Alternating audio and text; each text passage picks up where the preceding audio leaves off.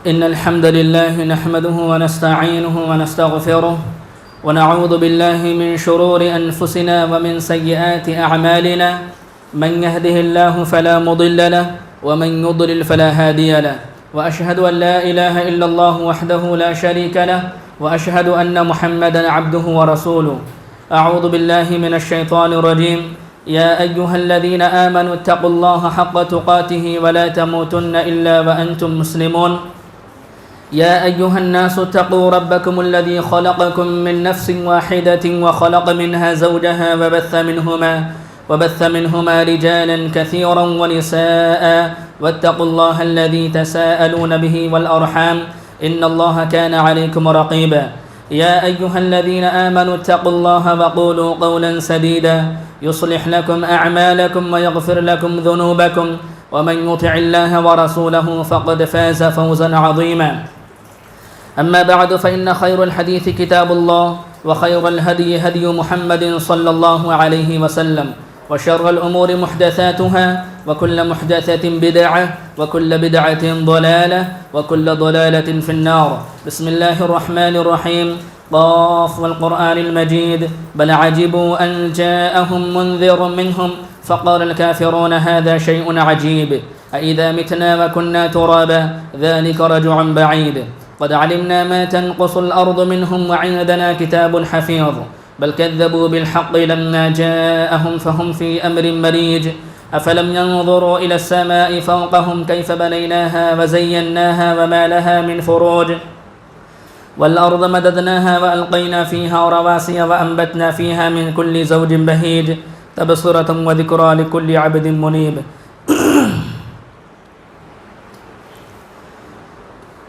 ہر قسم کی حمد و ثنا بڑائی کبریائی عظمت اللہ رب العالمین ہی کے لیے ہیں جو سچا اور حقیقی معبود خالق مالک رازق مدبر الامور ہے. ہر قسم کے اچھے نام اللہ رب العالمین ہی کے لیے ہے. وَلِلَّهِ الْأَسْمَاءُ الْحُسْنَى فَادْعُوهُ بِهَا. اللہ رب العالمین کو اللہ رب العالمین کے اسماء الحسنى کے ذریعے سے پکارو. قُلِ ادْعُوا اللَّهَ أَوِ ادْعُوا الرَّحْمَنَ. آپ کہہ دیجئے اللہ کہہ کر پکارو یا رحمان کہہ کر پکارو. ایما تدعو فلہ الاسماء الحسنى. جس نام سے پکارنا چاہو پکارو. اللہ رب العالمین کے بہت سے اچھے نام ہیں. بے شمار درود و سلام نازل ہو تمام انبیاء کرام علیہم الصلاۃ والسلام پر، خصوصاً ہمارے آخری نبی سید المرسلین فخر بنی آدم جناب محمد رسول اللہ صلی اللہ علیہ وسلم پر. حاضرین جمعہ، بزرگوں، دوستوں اور پیارے بچوں، ماہ ذوالحجہ سے ہم اور آپ گزر رہے ہیں. ماہ ذوالحجہ کے جو شروع کے جو 10 ایام ہیں یعنی پہلا عشرہ، یہ اللہ رب العالمین کے نزدیک بہت ہی زیادہ پسندیدہ اور محبوب ہیں. اللہ کے نبی صلی اللہ علیہ وسلم نے ذوالحجہ کے شروع کے پہلے 10 دنوں کو سب سے بہتر دن قرار دیا ہے اور ان دنوں میں نیک عمل کی بڑی تاکید کی ہے.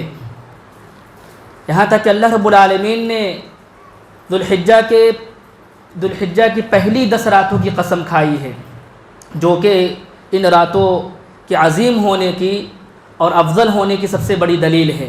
اللہ رب العالمین نے فرمایا والفجر ولیال عشر. قسم ہے فجر کی اور 10 راتوں کی. جمہور مفسرین کے نزدیک 10 راتوں سے مراد ذوالحجہ کی شروع کی 10 راتیں مراد ہے. اور ان 10 راتوں کی قسم کھانا ان 10 راتوں کے افضل اور عظیم ہونے کی سب سے بڑی دلیل ہے، کیونکہ اللہ رب العالمین عظمت والی چیز کی ہی قسم کھاتا ہے، ایسی چیز کی قسم کھاتا ہے جو عظمت والی ہوتی ہے. لہذا ان ایام کو غنیمت سمجھتے ہوئے ان ایام کے اندر زیادہ سے زیادہ اللہ رب العالمین کی ہمیں اور آپ کو عبادت کرنی چاہیے. فرائض کے ساتھ ساتھ نوافل کا اہتمام کرنا چاہیے. آج ماہ ذوالحجہ کی 7 تاریخ ہے. جو بھی گنے چنے ایام رہ گئے ہیں ان ایام کو ہمیں غنیمت سمجھنا چاہیے. زیادہ سے زیادہ اللہ رب العالمین کا ذکر کرنا چاہیے. اللہ کے نبی صلی اللہ علیہ وسلم نے ان ایام کی بڑی فضیلت بیان فرمائی ہے. اللہ کے نبی صلی اللہ علیہ وسلم نے ارشاد فرمایا، جیسا کہ جابر بن عبداللہ رضی اللہ تعالی عنہ سے روایت ہے کہ رسول اللہ صلی اللہ علیہ وسلم نے ارشاد فرمایا، افضل ایام الدنیا ایام العشر یعنی 10 ذی الحجہ، دنیا کے تمام دنوں میں سب سے بہتر اور افضل دن ماہ ذو الحجہ کے شروع کے 10 ایام ہیں۔ قالوا یا رسول اللہ ولا الجہاد فی سبیل اللہ، صحابہ کرام نے کہا اے اللہ کے رسول اگر اتنے ہی دن جہاد فی سبیل اللہ میں اگر گزارے جائے تو کیا وہ دن بھی ان دنوں سے بہتر نہیں ہیں؟ تو اللہ کے نبی صلی اللہ علیہ وسلم نے ارشاد فرمایا ولا الجہاد فی سبیل اللہ الا رجل عفر وجهه فی التراب، مگر ایسا آدمی جہاد فی سبیل اللہ کے اندر گزارے ہوئے دن بھی ان دنوں سے بہتر نہیں ہیں، مگر ایسا آدمی جو کہ جہاد فی سبیل اللہ کے لیے نکلے اور کسی بھی چیز کے ساتھ واپس نہ لوٹے، یعنی شہید ہو جائے، تو اس کا عمل بہتر عمل ہوگا، ان دنوں میں کیے گئے اعمال سے بہتر اس کا عمل ہوگا۔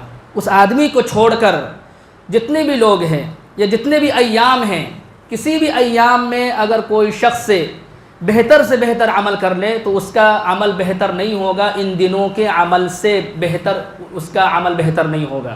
اللہ کے نبی صلی اللہ علیہ وسلم نے ارشاد فرمایا ما من ایام علی من الصالح فیہا احب الی اللہ من هذه الایام یعنی ایام العشر، کہ عمل صالح کے لیے اللہ رب العالمین کے نزدیک سب سے زیادہ محبوب اور پسندیدہ دن ماہ ذو الحجہ کے شروع کے 10 ایام ہے۔ پھر اس کے بعد اللہ کے نبی صلی اللہ علیہ وسلم سے اسی چیز کے بارے میں سوال کیا گیا جس چیز کے بارے میں پہلی حدیث کے اندر جو سوال ہے، جو کہ میں نے آپ حضرات کے سامنے وہ پہلی حدیث پیش کی۔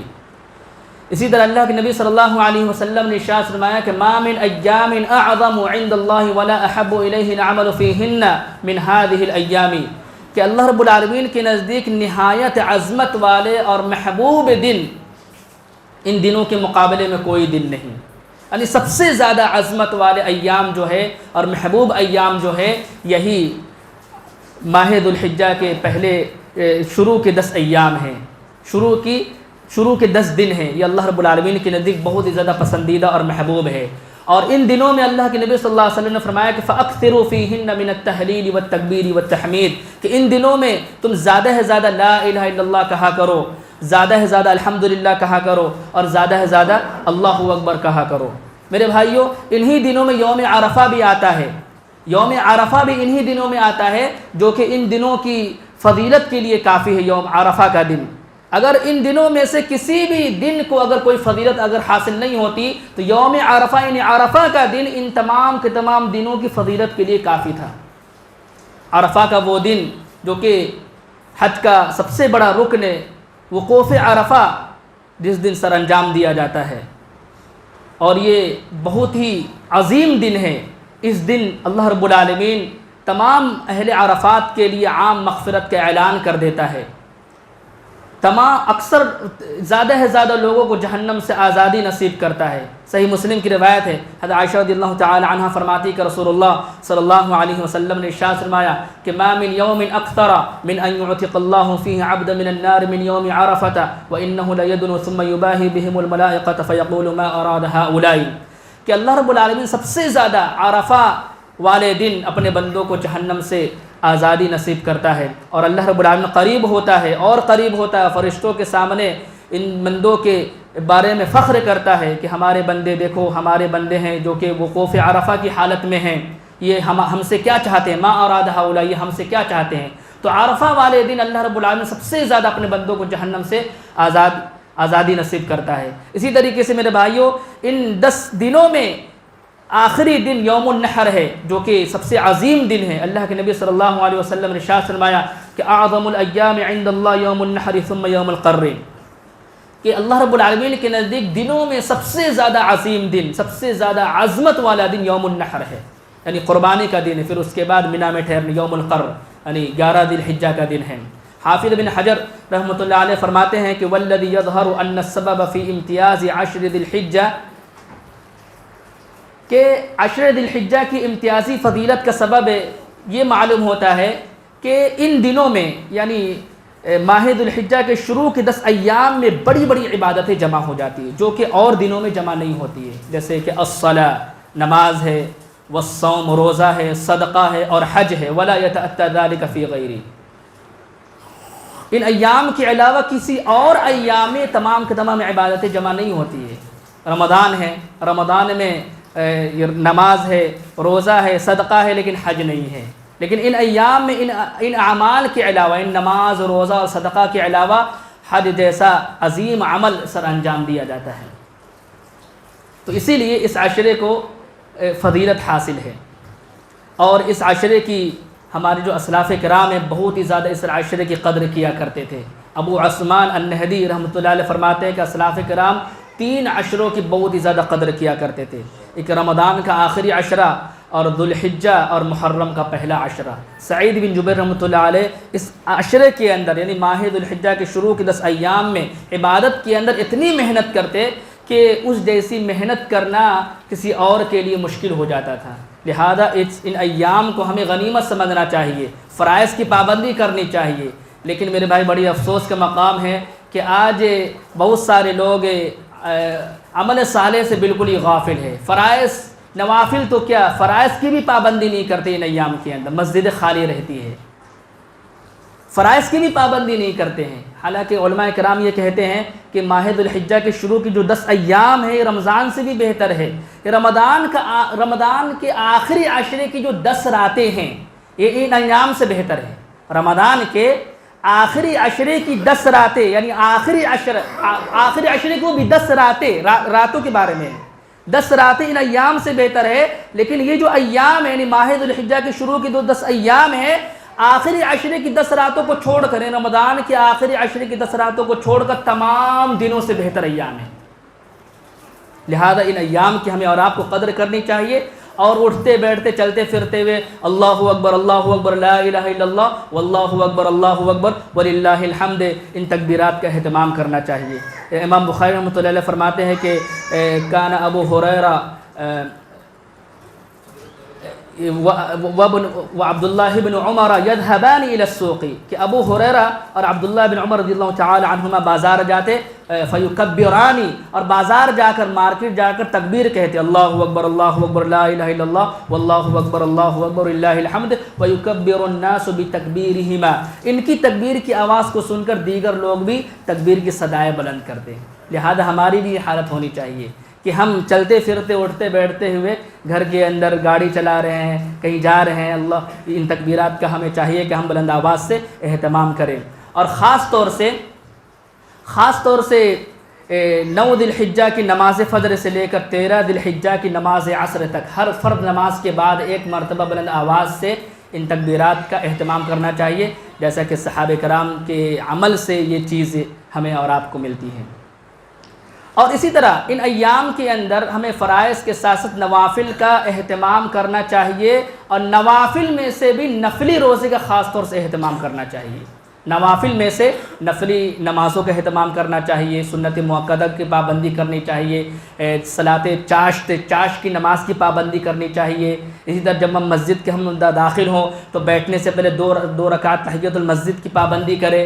اسی طرح نفلی روزہ کی بھی پابندی کرنی چاہیے۔ اور اللہ کے نبی صلی اللہ علیہ وسلم کے ازواج مطہرات رضی اللہ تعالی عنہن میں سے کسی ایک کا بیان ہے کہ کان رسول اللہ صلی اللہ علیہ وسلم یصوم 9 ذی الحجہ ویوم عاشوراء وثلاثة ایام من کل شہر، کہ رسول اللہ صلی اللہ علیہ وسلم ماہ ذوالحجہ کے شروع کے 9 دن کے روزے رکھتے تھے۔ یہ نفلی روزہ، فرض روزہ نہیں ہے، اور 10ویں محرم کا روزہ رکھتے تھے، اور ہر مہینہ 3 دن روزہ رکھتے تھے۔ تو اس حدیث سے یہ چیز معلوم ہوئی کہ ماہ ذوالحجہ کے شروع کے 9 دن کے روزے رکھنا یہ مستحب ہے، یہ سنت سے ثابت ہے۔ اور خاص طور سے 9 عرفہ کا یعنی 9 ذی الحجہ کا روزہ رکھنا ضرور رکھنا چاہیے، کیونکہ اللہ کے نبی صلی اللہ علیہ وسلم نے اس روزے کی بڑی فضیلت بیان فرمائی ہے۔ جیسا کہ ابو قتادہ رضی اللہ تعالی عنہ سے روایت ہے کہ نبی کریم صلی اللہ علیہ وسلم نے ارشاد فرمایا کہ صوم یوم عرفہ احتسب علی اللہ ان یکفر السنۃ التي قبلہ والتي بعدہ، صحیح مسلم کی روایت ہے کہ یوم عرفہ کے روزے کے بارے میں مجھے اللہ رب العالمین سے امید ہے، مکمل یقین ہے اللہ رب العالمین کے اوپر۔ یوم عرفہ کے روزے کے بارے میں اللہ کے اللہ صلی اللہ علیہ وسلم تذکرہ کر رہے ہیں، یعنی 9 ذی الحجہ کے روزے کے بارے میں، کہ اللہ رب العالمین اس روزے کی وجہ سے پچھلے 1 سال اور آنے والے 1 سال کے گناہوں کو معاف کر دے گا۔ لہذا اس روزے کا ہمیں اور آپ کو ضرور اہتمام کرنا چاہیے۔ اور یہ روزہ اتوار کے دن پڑ رہا ہے، ہندوستان کے اندر اتوار کے دن روزہ پڑ رہا ہے۔ اتوار کے دن ہمیں اور آپ کو ضرور بے ضرور اس روزے کا اہتمام کرنا چاہیے، تاکہ اللہ رب العالمین ہمارے پچھلے ایک سال اور آنے والے ایک سال کے گناہوں کو اللہ رب العالمین معاف کر دے۔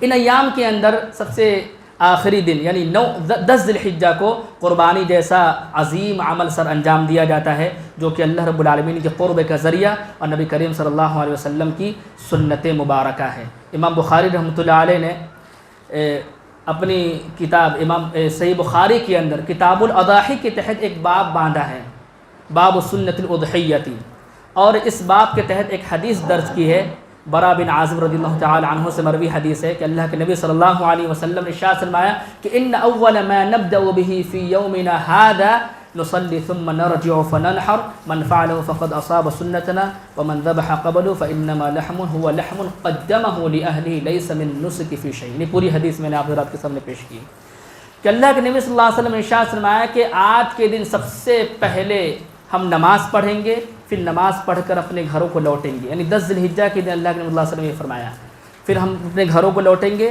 اور لوٹنے کے بعد قربانی کریں گے۔ جس نے ایسا کیا اس نے ہماری سنت کو پا لیا، اور جس نے نماز پڑھنے سے پہلے قربانی کی تو وہ صرف ایک گوشت ہے، اس نے اپنے گھر والوں کے لیے گوشت کو آگے کر دیا ہے اور قربانی کا کچھ بھی اس کو ثواب نہیں ملے گا۔ تو اس حدیث سے یہ چیز معلوم ہوئی کہ قربانی جو ہے آپ صلی اللہ علیہ وسلم کی سنتوں میں سے ایک عظیم سنت ہے، آپ صلی اللہ علیہ وسلم نے اس پر ہر سال عمل فرمایا ہے۔ جامع ترمذی کی روایت ہے، عبداللہ بن عمر رضی اللہ تعالی عنہما سے مروی ہے کہ ایک آدمی نے اللہ کے نبی صلی اللہ علیہ وسلم سے سوال کیا کہ کیا قربانی واجب ہے؟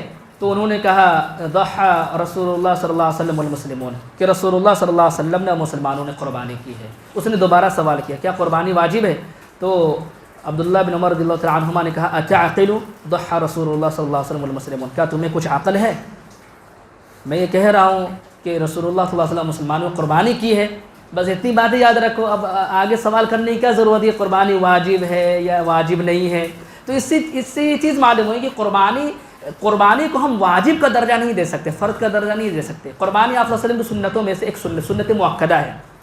امام ترمذی رحمۃ اللہ علیہ فرماتے ہیں کہ وَالْعَمَلُ عَلَى هَذَا عِنْدَ أَهْلِ الْعِلْمِ أَنَّ الْأُضْحِيَّةَ لَيْسَتْ وَاجِبَةً وَلَكِنَّهَا سُنَّةٌ مِّن سُنَنِ رسول اللہ صلی اللہ علیہ وسلم يُسْتَحَبُّ أَن يُعْمَلَ بِهَا، کہ تمام اہل علماء کا یہی کہنا ہے کہ قربانی یہ واجب نہیں ہے بلکہ آپ صلی اللہ علیہ وسلم سنتوں میں سے ایک سنت ہے، اور اس پر عمل کرنا کیا ہے؟ مستحب ہے، سنت ہے۔ اور عبداللہ بن عمر رضی اللہ تعالی عنہما سے روایت ہے کہ اقام رسول اللہ صلی اللہ علیہ وسلم بالمدینہ 10 سنین یضحی کل سنۃ، کہ رسول اللہ صلی اللہ علیہ وسلم 10 سال مدینہ کے اندر قیام کیے، آپ صلی اللہ علیہ وسلم 10 سال مدینہ میں قیام کیے اور ہر سال قربانی کرتے رہے۔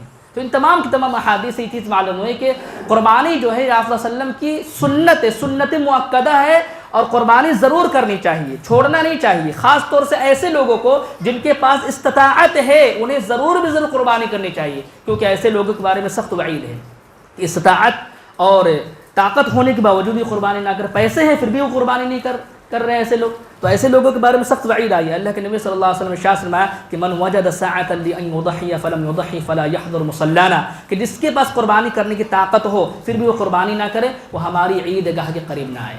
ہماری عید گاہ کتنی بڑی سخت وعید ہے، لہذا طاقت ہوتے ہوئے قربانی نہیں چھوڑنی چاہیے۔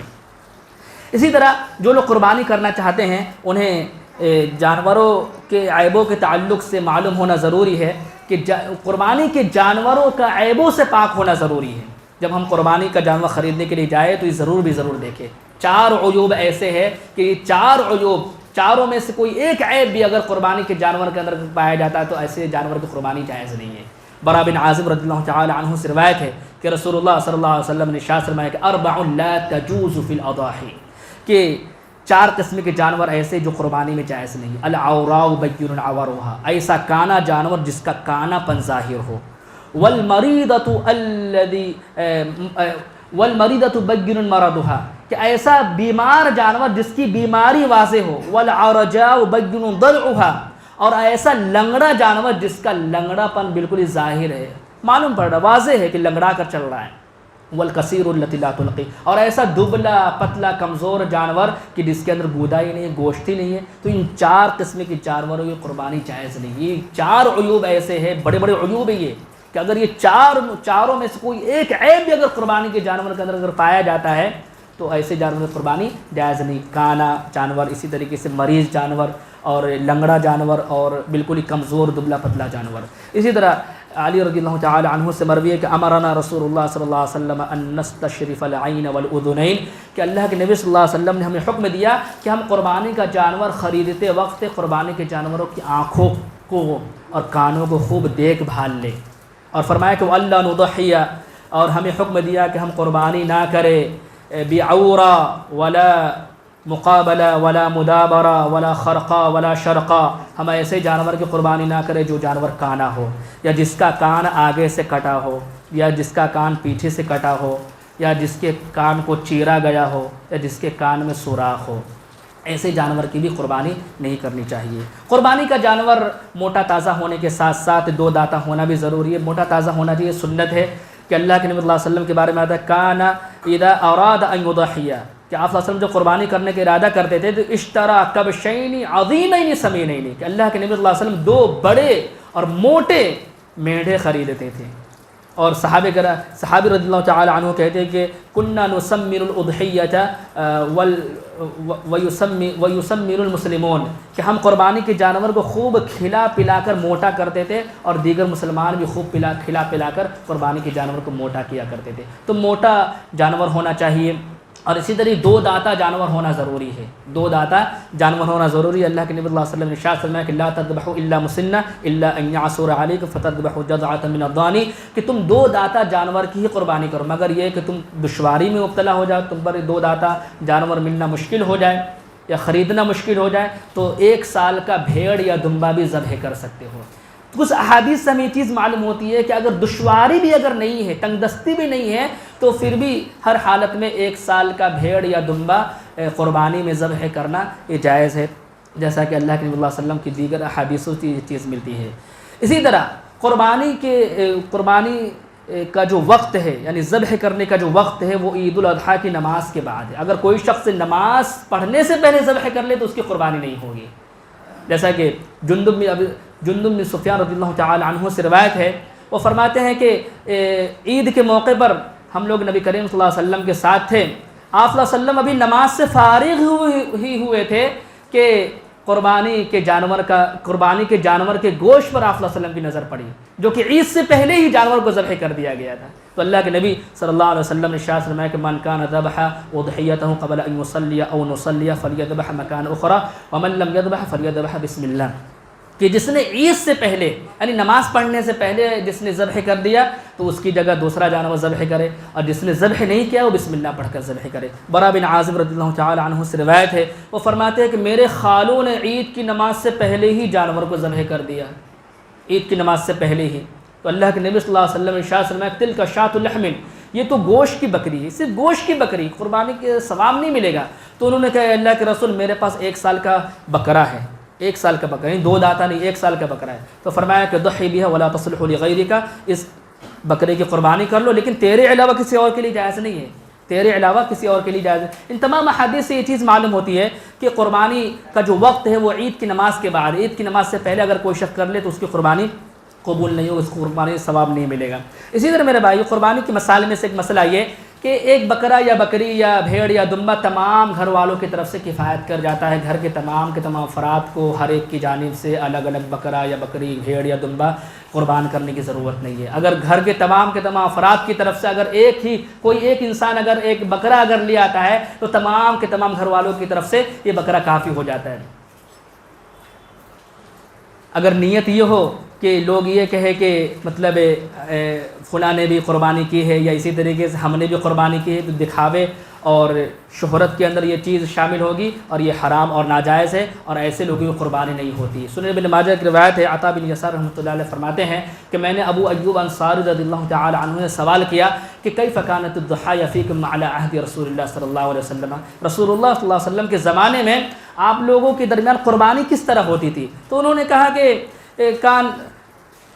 ہم لوگ رسول اللہ صلی اللہ علیہ وسلم کے زمانے میں ایک کان الرجل، حدیث کے الفاظ کان الرجل یضحی بالشاۃ عنہ وعن اہل بیت، ایک آدمی اپنی طرف سے اپنے گھر والوں کی طرف سے ایک بکری قربانی کرتا تھا، فیاکلون، اسی جانور میں سے، اسی بکرا یا بکری میں سے تمام کے تمام لوگ کھاتے، ویطعمون، دوسروں کو بھی کھلاتے، اور ثم تباہ الناس، پھر لوگ ایک دوسرے پر فخر کرنے لگے، فصارت کما ترى، اور پھر حالت ویسی جیسا کہ آپ دیکھ رہے ہیں۔ یہ تو 1400 سال پہلے کی بات ہے، 1400 سال پہلے کی بات ہے کہ لوگ ایک دوسرے پر فخر کرنے لگے، اور آج کیسی حالت ہے؟ آج کم ہی ایسے لوگ ہیں جن کے اندر اخلاص ہوگا، اکثر لوگوں کے اندر اخلاص نہیں ہوتا میرے بھائی، دکھاوے کے لیے لاتے ہیں، ایک دوسرے کو دکھاوے کے لیے لاتے، موٹا خوب تگڑا جانور لاتے تاکہ لوگ یہ کہیں کہ انہوں نے خوب تگڑا اور موٹا جانور لایا ہے، جانور بکرا ہے بکری خریدتے ہیں تاکہ لوگ یہ کہیں کہ ہم نے بھی قربانی کی ہے، دکھاوے کے لیے لاتے ہیں۔ تو دکھاوے کے لیے اگر کوئی شخص قربانی کرے تو ایسے انسان کی قربانی قبول نہیں ہوتی ہے۔ اسی طرح میرے بھائیوں، بڑے کے جانور کے تعلق سے ذکر کر دو کہ بڑے کے اندر 7 لوگ حصہ لے سکتے ہیں، بڑے جانور میں اونٹ کے اندر 7 یا 10 لوگ بھی حصہ لے سکتے ہیں۔ عبداللہ بن عباس رضی اللہ تعالی عنہما فرماتے ہیں کہ ہم لوگ ایک مرتبہ آپ صلی اللہ علیہ وسلم کے ساتھ سفر میں تھے، فحضر الاضحیٰ، عید الاضحیٰ کا موقع آ گیا، یعنی عید الاضحیٰ کا دن آ گیا، تو ہم لوگ فاشترکنا فی البقرۃ 7 وفی البعیر 10، ہم لوگ گائے کے اندر 7 لوگ شریک ہوئے اور اونٹ کے اندر 10 لوگ شریک ہوئے۔ اور دوسری حدیث چیز بھی معلوم ہوتی ہے کہ اونٹ کے اندر 7 لوگ بھی شریک ہو سکتے ہیں، وعن البعیر 7، کہ اونٹ کے اندر 7 لوگ بھی شریک ہو سکتے ہیں۔ میرے بھائیوں، قربانی کا جانور جب ہم ذبح کرنے کے لیے جائے تو ہمیں چاہیے کہ ہم ذبح کرنے سے پہلے چاقو یا چھری کو اچھی طریقے سے تیز کر لیں۔ اللہ کے نبی صلی اللہ علیہ وسلم نے ارشاد فرمایا کہ ان اللہ کتب الاحسان علی کل شیء، ہر چیز پر اللہ رب العالمین نے احسان کو فرض قرار دیا ہے۔ فاذا قتلتم فاحسنوا القتل، قتل کرو بھی تو اچھی طرح قتل کرو، قصاص میں اگر کسی کو بدلہ لینا قتل کرو تو اچھی طرح قتل کرنا ہے۔ اس طرح واذا ذبحتم فاحسنوا الذبح، ذبح کرو تو اچھی طرح ذبح کرو، ولیحد احدکم شفرتہ ولیرح ذبیحتہ، اور تم میں سے ہر انسان اپنی چاقو اور چھری کو تیز کر لے اور اپنے ذبیحے کو آرام پہنچائے، اور چاقو اور چھری جانور کے سامنے تیز نہیں کرنا چاہیے۔ عبداللہ بن عباس رضی اللہ تعالی عنہما سے روایت ہے کہ مر رسول اللہ صلی اللہ علیہ وسلم علی رجل واضع رجلہ علی صفحۃ شاة وهو يحد شفرته وهي تلحظ إليه ببصرها قال أفل قبل هذا أو تريد موتها أو تريد أن تميتها موتا، کہ ایک آدمی کے پاس آپ صلی اللہ علیہ وسلم گزرے کہ ایک آدمی اپنا پیر کیا کہتے ہیں بکری کے گردن پر رکھا تھا، اور گردن پر رکھ کر چھری کو تیز کر رہا تھا، اور بکری اس کو گھور گھور کر دیکھ رہی تھی۔ تو اللہ کے نبی صلی اللہ علیہ وسلم نے ارشاد فرمایا کہ کیا یہ کام اس سے پہلے کیوں نہیں کیا؟ کیا تو اسے کئی موتیں دینا چاہتا ہے، کئی مرتبہ مارنا چاہتا ہے؟ تو اس حدیث سے یہ چیز معلوم ہو کہ چھری اور چاقو کو جانور کے سامنے تیز نہیں کرنا چاہیے، بلکہ جانور کی نگاہوں سے ہٹ کر تیز کرنا چاہیے، اور ایک جانور کو دوسرے جانور کے سامنے تیز نہیں کرنا چاہیے، ایک جانور کو دوسرے جانور کے سامنے ذبح نہیں کرنا چاہیے۔ اس چیز پر بہت سارے لوگ عمل نہیں کرتے کہ چھری کو جانور کے سامنے تیز کرنا شروع کر دیتے، اسی طریقے ایک جانور کو دوسرے جانور کے سامنے ذبح کرنا شروع کر دیتے، اس چیز سے اللہ کے نبی صلی اللہ علیہ وسلم نے منع فرمایا ہے۔ اسی طرح میرے بھائیوں، یہ قربانی کا جانور بہتر تو یہ ہے کہ اپنے ہاتھ سے ذبح کرے، لیکن کوئی دوسرا بھی ذبح کر سکتا ہے۔ اللہ کے نبی صلی اللہ علیہ وسلم قربانی کے جانور کو اپنے ہاتھ سے ہی ذبح کیا کرتے تھے، اور عورت بھی ذبح کر سکتی ہے۔ اسی طرح قربانی کے جانور کا گوشت خود بھی کھانا چاہیے اور اپنے رشتہ داروں کو کھلانا چاہیے، گھر کے اندر آنے والے لوگوں کو اور غرباء اور مساکین کو بھی کھلانا چاہیے۔ اللہ رب العالمین نے فرمایا کہ فَكُلُوا مِنْهَا وَأَطْعِمُوا الْبَائِسَ الْفَقِيرَ، کھاؤ اور کھلاؤ غریبوں کو اور فقیروں کو۔ فَكُلُوا مِنْهَا وَأَطْعِمُوا الْقَانِعَ وَالْمُعْتَرَّ، کھاؤ اور کھلاؤ ایسے لوگوں کو جو سوال کرتے ہیں، اور ایسے لوگوں کو بھی دو قربانی گوشت جو سوال کرنے سے احتراز کرتے ہیں، جن کو مانگنے میں شرم آتی ہے، ایسے حالانکہ ان کے یہاں قربانی نہیں ہوئی ہے لیکن مانگنے میں شرم محسوس کرتے ہیں، تو ایسے لوگوں کو بھی دو جو سوال کرنے والے ہیں، اور ایسے لوگوں کو بھی دو جو سوال کرنے سے احتراز کرتے سوال نہیں کرتے ہیں۔ اسی طرح جس طریقے سے قربانی کے جانور کا گوشت بیچنا نہیں چاہیے، اسی طریقے سے قربانی کی جانور کی کھالیں بھی بیچنے سے اللہ کے نبی صلی اللہ علیہ وسلم نے منع فرمایا ہے۔ اللہ کے نبی صلی اللہ علیہ وسلم علی رضی اللہ تعالی عنہ سے مروی ہے کہ امرہ رسول اللہ صلی اللہ علیہ وسلم ان یقوم علی بدنہ، کہ رسول اللہ صلی اللہ علیہ وسلم نے انہیں حکم دیا کہ آپ صلی اللہ علیہ وسلم کی قربانی کے جانور کی دیکھ ریکھ کرے، اور فرمایا کہ وَأَن يَقْسِمَ بُدْنَهُ كُلَّهَا لُحُومَهَا وَجُلُودَهَا وَجِلَالَهَا وَلَا يُعْطِيَ فِي جِزَارَتِهَا شَيْئًا، کہ اللہ کے نبی صلی اللہ علیہ وسلم نے حکم دیا کہ تمام گوشت صدقہ کر دو، کھالے صدقہ کر دو، ان کی جھولے صدقہ کر دو، اور قصائی کو بطور اجرت ان میں سے کوئی چیز بھی نہیں دینا ہے۔ تو قربانی کے جانوروں کا گوشت کیا کہتے ہیں بیچنا یا اسی طرح قصائی کو اجرت دینا یا کھال دینا، ان تمام کے تمام چیزوں سے اللہ کے نبی صلی اللہ علیہ وسلم نے منع فرمایا. فرمایا من باع جلد اضحیۃ فلا اضحیۃ له، جس نے قربانی کے جانور کی کھال کو بیچا اس کی قربانی نہیں ہوگی. یہ چند مسائل تھے. اور ایک آخری مسئلہ ذکر اپنی بات کو ختم کرتا ہوں. قربانی کا جو وقت ہے 10 ذی الحجہ سے لے کے 13 ذی الحجہ تک ہے. اللہ کے نبی اللہ رب العالمین نے فرمایا وَاذْكُرُوا اللَّهَ فِي أَيَّامٍ مَّعْدُودَاتٍ، کہ گنتی کے چند دنوں میں اللہ رب العالمین کا ذکر کرو. گنتی کے چند دنوں سے مراد کیا ہے؟ ایام التشریق ہے، یعنی 11 12 13 ذی الحجہ ہے. گنتی کے چند دنوں سے مراد کون سے دن ہیں؟ 11 12 13 ذی الحجہ ہے. یہ ایام التشریق مراد ہے. اور ایام التشریق کے بارے میں اللہ کے نبی صلی اللہ علیہ وسلم نے ارشاد فرمایا کل ایام التشریق ذبح، کہ تشریق کے تمام ایام ذبح کے ایام ہیں. لہذا سب سے افضل دن جو ہے وہ 10 ذی الحجہ کا دن ہے. 10 ذی الحجہ کا دن اللہ کے نبی صلی اللہ علیہ وسلم 100 اونٹ قربان کیے. 10 ذی الحجہ کے دن 100 اونٹ قربان کیے. تو سب سے افضل دن جو ہے 10 ذی الحجہ کا دن. 10 ذی الحجہ کے دن ہی قربانی کرنی چاہیے. لیکن یہ جائز ہے 11 12 13 ذی الحجہ کو قربانی کرنا جائز. 11 کو قربانی کر سکتے ہیں، 12 کو قربانی کر سکتے ہیں. اور جواز کا وقت جو ہے 13 ذی الحجہ تک، جواز کے وقت 13 ذی الحجہ تک کر سکتے ہیں. کسی کو اگر کوئی مجبوری ہے یا پیسہ آنے میں تاخیر ہو رہی ہے، قربانی کے جانور خریدنے کے لیے پیسہ نہیں آیا، 13 ذی الحجہ کو پیسہ آئے گا، تاخیر ہو رہی ہے تو 13 ذی الحجہ کو قربانی کر سکتے ہیں. لیکن سب سے افضل دن جو ہے وہ 10 ذی الحجہ کا دن ہے. پھر اس کے بعد یوم القر یعنی مینا میں ٹھہرنے کا دن ہے. اتنے مسائل تھے جو میں نے آپ حضرات کے سامنے پیش کیے. اللہ رب العالمین سے دعا ہے کہ اللہ رب العالمین ہم تمام لوگوں کو قرآن و حدیث کی تعلیمات میں پیرا ہونے کی توفیق عطا فرمائے. اے اللہ تو جب تک اس دنیا کے اندر زندہ رکھ، ایمان میں خیر زندہ رکھ. ہمارا خاتمہ تو ایمان میں خیر پر ہو. جہاں کہیں بھی مسلمان پریشان حال ہے اللہ ان کی پریشانی کو دور کر دے. جو بیمار ہے اللہ انہیں تو شفاء عاجل کامل عطا فرما. فلسطین اور خاص طور سے غزہ کے اندر جہاں کہیں بھی مسلمان پریشان حال ہے ان کی پریشانی کو دور کر دے. جو ظالم یہود غاصبین ان پر ظلم و ستم کے پہاڑ ڈھا رہے ہیں اے اللہ تو ان کو نیست و نابود کر دے. آمین تقبل یا رب العالمین. بارک اللہ لنا ولکم فی القرآن المجید ونفعنی وإیاکم بالآیات والذکر الحکیم. انہ تعالی جواد کریم ملک برور رؤوف الرحیم.